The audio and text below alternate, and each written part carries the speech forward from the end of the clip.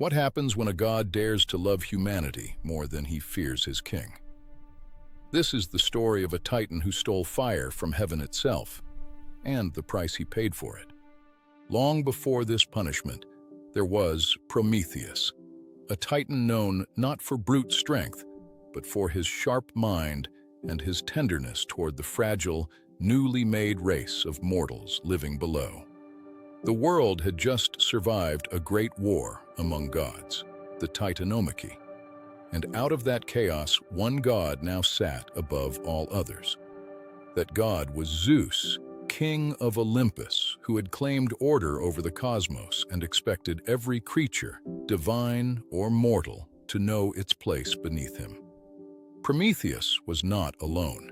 He had a brother, Prometheus, well-meaning but scattered, who often acted before thinking, a contrast to Prometheus's careful, forward-looking mind.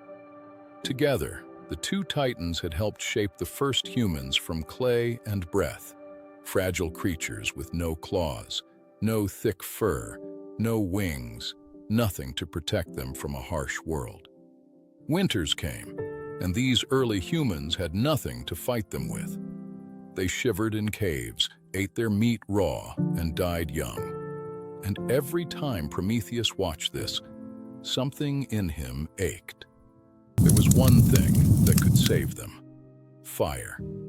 But fire belonged to the gods alone, kept burning eternally on Olympus, and Zeus had forbidden it from ever reaching mortal hands. Zeus believed mortals were meant to remain small and dependent, forever beneath the gods. Giving them fire meant giving them power, and Zeus did not share power easily. So Prometheus faced an impossible choice: obey his king and watch humanity suffer, or defy the ruler of the heavens for the sake of creatures who couldn't even speak his name yet. He made his decision.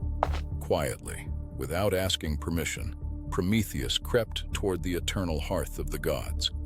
He hid a single ember inside a hollow fennel stalk, pressed it close to his chest, and slipped away from Olympus before anyone noticed the flame was gone. He carried it down through the clouds, past the stars, all the way to the cold, dark world of men. And there, he handed humanity its very first flame. Everything changed that night. Humans learned to cook their food, warm their homes, forge metal into tools, and push back the darkness that had ruled their lives. Because of that single gift, human civilization began to bloom. Villages grew into towns. Simple tools became art, agriculture, even the first songs sung around a fire that never should have existed. But from the heights of Olympus, Zeus looked down one night and saw something that should not have been there: countless flickering lights scattered across the dark earth. He realized instantly what had happened and who must have done it. Rage swept through him like a storm, because this was not disobedience alone. This was betrayal by someone he had trusted.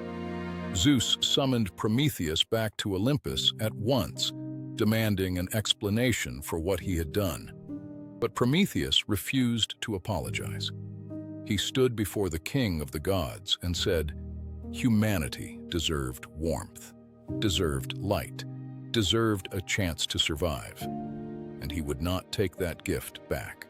That defiance sealed his fate. Zeus decided Prometheus would become an example to any god or mortal who ever dared defy him again. A punishment so severe it would echo through eternity. No mercy was coming. At Zeus's command, chains unlike any forged for mortals were hammered together in the divine forge. Chains meant to hold a titan for eternity, unbreakable by strength or magic alone. Prometheus was seized, dragged from Olympus, and taken to the most desolate place Zeus could find: the jagged, storm-battered peak of Mount Caucasus, far from any living soul. There, they bound him to the rock with those unbreakable chains, arms spread wide, body exposed to every freezing wind and burning sun that would ever pass over that mountain. But Zeus wasn't finished. Each day, an enormous eagle would descend from the sky to tear open Prometheus's side and devour his liver. And because he was immortal, it would grow back by nightfall, only to be eaten again the next morning. It was a punishment designed never to end. Pain without death, suffering without escape, repeated forever as a warning to anyone who might think of defying the king of the gods. Meanwhile, Zeus wasn't content to punish only Prometheus. He wanted humanity to pay a price too, for having received a gift they were never meant to have. So Zeus ordered the divine forge to craft a new kind of being altogether. The very first woman, made stunning and clever, and named her Pandora. Along with her beauty, the gods gave Pandora one more thing: a sealed jar and strict instructions that it must never, ever be opened. Zeus sent Pandora down to the mortal world, where she was given to Prometheus, Prometheus's own brother, as a wife, despite warnings that she might bring trouble.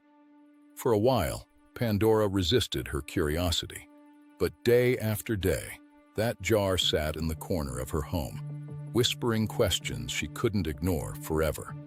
One day, unable to resist any longer, she lifted the seal, and the moment it broke, every sorrow the gods had hidden inside came pouring out into the world.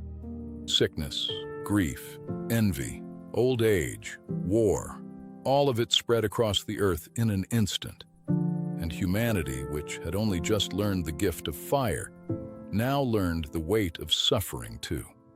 But at the very bottom of that jar, one thing remained and did not escape: hope. It stayed behind with mankind, a quiet promise that no matter how dark things became, they would never be completely lost. So now, fire had given humanity power, and Pandora's jar had given them pain. But hope, small and stubborn, endured. That balance would define humanity forever after. Meanwhile, high on Mount Caucasus, Prometheus was still chained, still suffering the eagle's daily torment. Years passed, then decades. Still, he never once begged Zeus for forgiveness. There was one thing Zeus wanted from him. Prometheus, being wise beyond any other Titan, knew a secret prophecy about Zeus's own future. A warning about a son who might one day overthrow him. Zeus offered him freedom again and again, if only Prometheus would reveal that secret. But Prometheus refused every time. His silence was the last piece of power he had left, and he would not trade it away. Decades turned into what felt like an eternity, a stalemate between a stubborn Titan and an equally stubborn god, neither willing to yield first. But everything was about to change, because a mighty hero was making his way through the world, completing a series of impossible tasks. And his path would soon cross that lonely mountain. That hero was Hercules, son of Zeus himself, famous for his impossible strength and his labors that had already saved countless people from monsters no one else could defeat. When Hercules reached the top and saw Prometheus chained there, torn open by the eagle's talons yet again, something in him refused to simply walk past. When the eagle returned that day for its usual meal, Hercules raised his bow and shot it down before it ever reached Prometheus's side. Then, with his bare hands, Hercules tore the ancient chains from the rock, chains meant to hold for eternity, broken at last by the son of the very god who had forged the punishment. The chains were broken. News of what Hercules had done reached Olympus almost instantly. Zeus's first instinct was fury. His order had been defied, and by his own son, no less. But Zeus had also changed, in the slow way that time changes even gods. Prometheus had suffered for generations, and word of his endless torment had spread through every corner of the heavens, making Zeus look less like a just king and more like a tyrant. So instead of punishing Hercules, Zeus made peace with what had happened. He accepted a final exchange to close the matter with honor. The wise centaur Chiron, gravely wounded and in pain, gave up his own immortality so that Prometheus could finally be free forever. And so, after countless years of suffering, Prometheus's punishment finally ended. The Titan who had given fire to mankind walked free, his debt paid, his defiance never once broken. Down below, the world he had fought for was thriving.